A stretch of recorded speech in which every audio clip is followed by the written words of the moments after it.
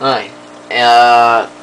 Thanks for watching Aquarium Tech. Now I'm gonna do part 2, which is basically how to change change water with a Python, sort of a water changer. Now I already have the Python spread out and stuff, but I'll go ahead here and take the camera off the tripod and show you how to connect it to the sink. Now I'll try to do the best I can mounting the camera here, but obviously as you can see it's kind of like my hospital tank kind of thing. It's kind of down here, you know, it's kind of on the lower shelf here of another tank stand, so it's going to be hard to get to, but you know, I'll try my best to make sure we film it all, okay? Let me take this off. There we go. Okay, and as you can see, here's one end of the Python, and then we'll follow it all the way.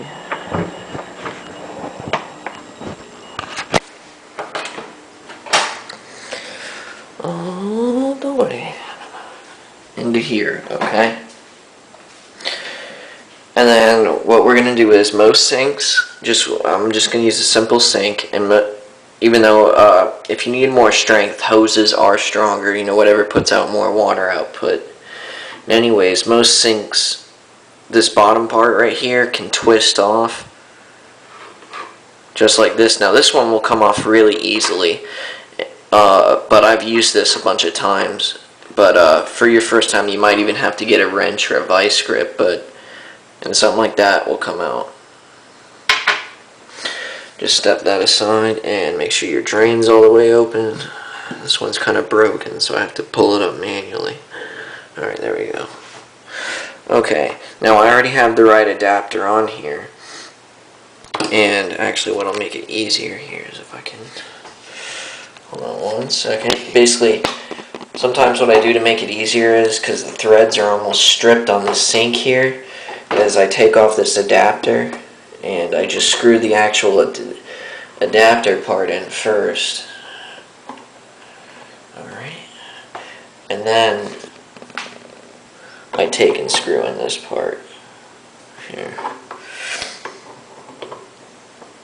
Now you want to be careful with sink threads. Usually sink threads are very thin, as you'll probably be able to tell by the adapters. So be very gentle with it, be kind of careful, because they strip really easily, especially this one.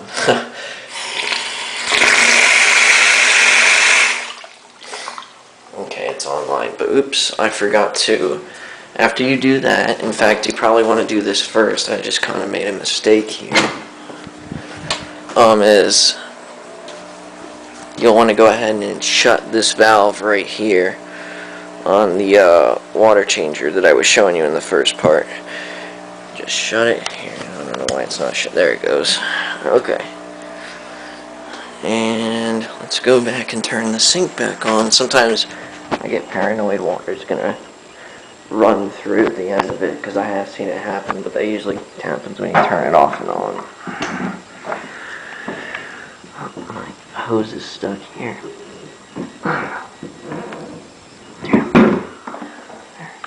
Okay, so go ahead and turn this on.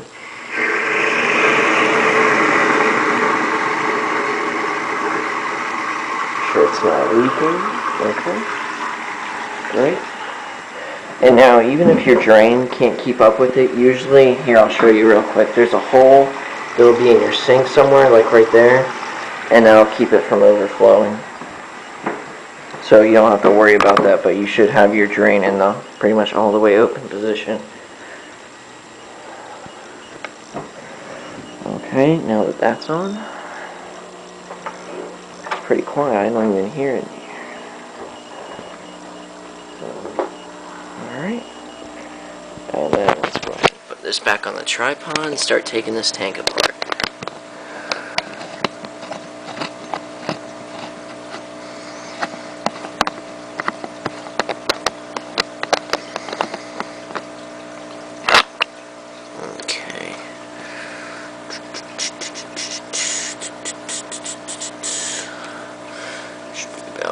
Oh, come on, lock. There it goes. Okay. Now, let's bring the hose over. Dead. Watch out there, Tim. Okay. Now, the first thing you want to do is, of course, is remove. Now, I kind of just have this on here for experiment, but usually it'll be, you know, your regular hood part. Put this over here. And you'll take your hood, just take that off. Now, if you do have some kind of light you can put over your hood when you're changing your water, that makes it so much easier. You can see the dirt and everything and whatnot. So, anyways, I got a question about, do you have to take your decorations out of the water before you change the water? You don't. But of course, like, let's say it's your first time doing a water change and you actually had fish in there, and or you didn't have fish in there, or I mean decorations, and then you put fish in there, you know, you might want to do that for like your first water change. Alright, and then you'll want to do it every once in a while, but you don't have to do it all the time. And then anyways, if you can see here, I'm sticking this into the water, and then I just turn the valve, boom, goes on, and there goes the water.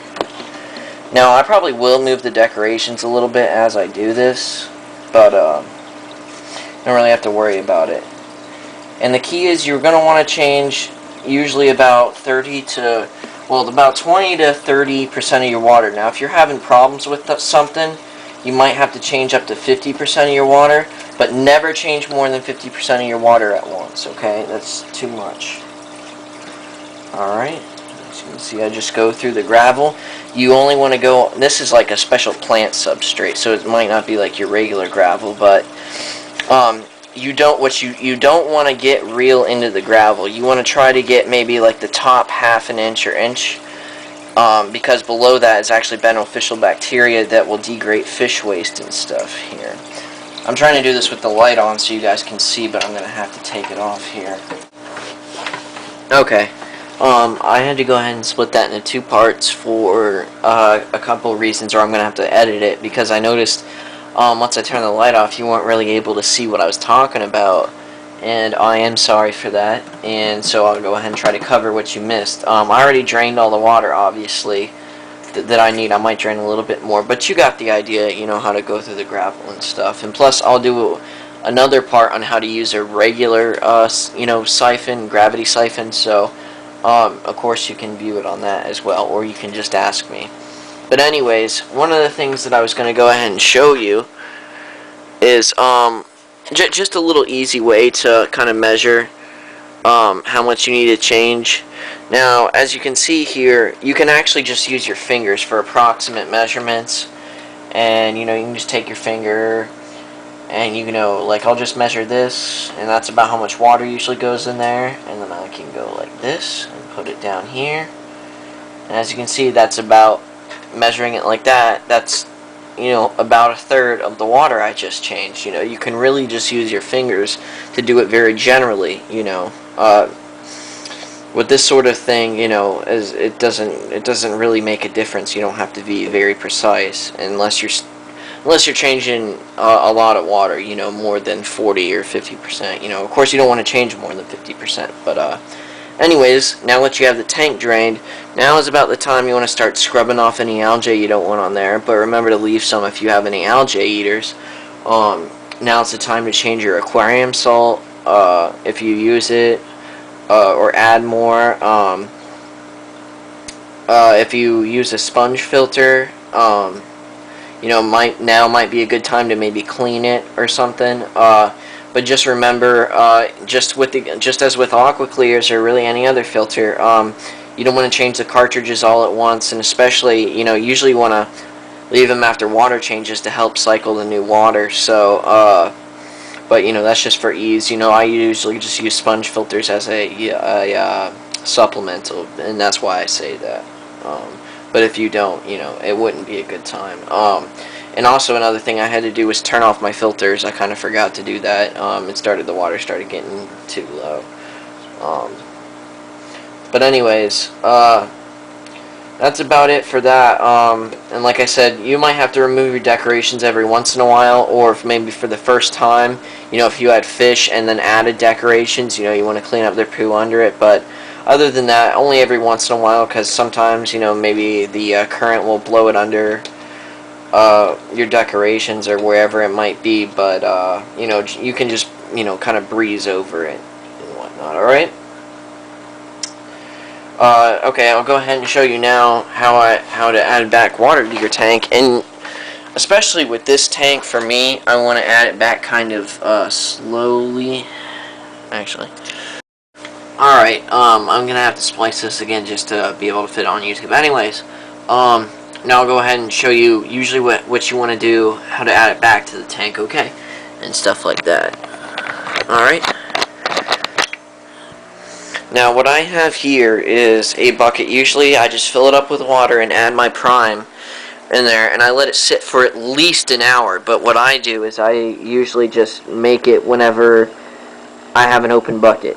But I actually have a sump system that I use that I use to fill my tanks. But right now my patio is being done, and that's actually where I have it out at. But anyways, I'll actually do a whole nother video when I rebuild it all, and I'll just show you how to, you know, be a nice little how-to video. Anyways, most people are going to be using buckets, so basically you don't want to leave water sitting there all the time, because when it it becomes stagnant and it start growing mold, especially here in Florida, and you know, it'll start smelling and stuff like that. So what I do is I have a little extra power head here, and this is another reason I love those AquaClear power heads, is I take an AquaClear power head and I put the quick filter on it, and I just let it sit in the bucket, and then I let it sit and mix up for however many days or hours I need it to, and just pull it out whenever it's ready. So right now is when I need it, so let me go ahead and take my power head out.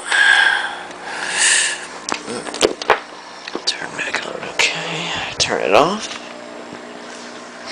Now, here's a tip. I don't know if you noticed I was using plant substrate in there. I think I might have said it. Especially with any kind of substrate or sand, you're going to want to pour the water in nice and easy, because your water will get cloudy very easily. So if you have some sort of system where you can have a smaller bucket and pour it out slowly, that's great. I'm only going to do a small part of it on video for, you know, restrictions, and plus I don't want to you know, cloud my tank up too much. But anyways, let me go ahead and set the camera up on the tripod, because that thing probably weighs, you know, a good 20 to 30, 40 pounds. It's like a 8-gallon bucket or so. So let me set this up here. Let me bring the bucket over here. And that's actually been sitting for a couple days, but you can get away with letting it sit for like a couple hours or so.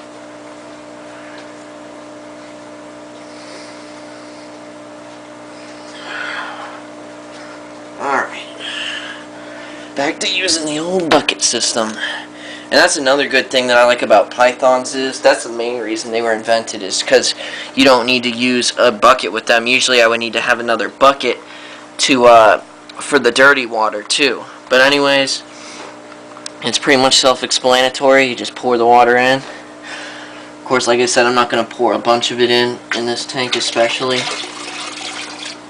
Oh, yeah, I'm leaking some anyways. But anyways, you get the general idea. You pour it up, you know, fill it to the line. You know, I usually fill it right past this line, right past to where you can't see it, so it always looks like it's full. Alright? Alright, that's about it. If you have any questions, go ahead and mail me or whatever you have to do. But just stay tuned for part 3. I'll have that probably coming out. And possibly this weekend, maybe in a week or so, whenever I need to do my next water change, where I can use that that regular one, because obviously this one's below the gravity level, so I had to use the Python for this one. Okay? Alright, thanks for tuning in.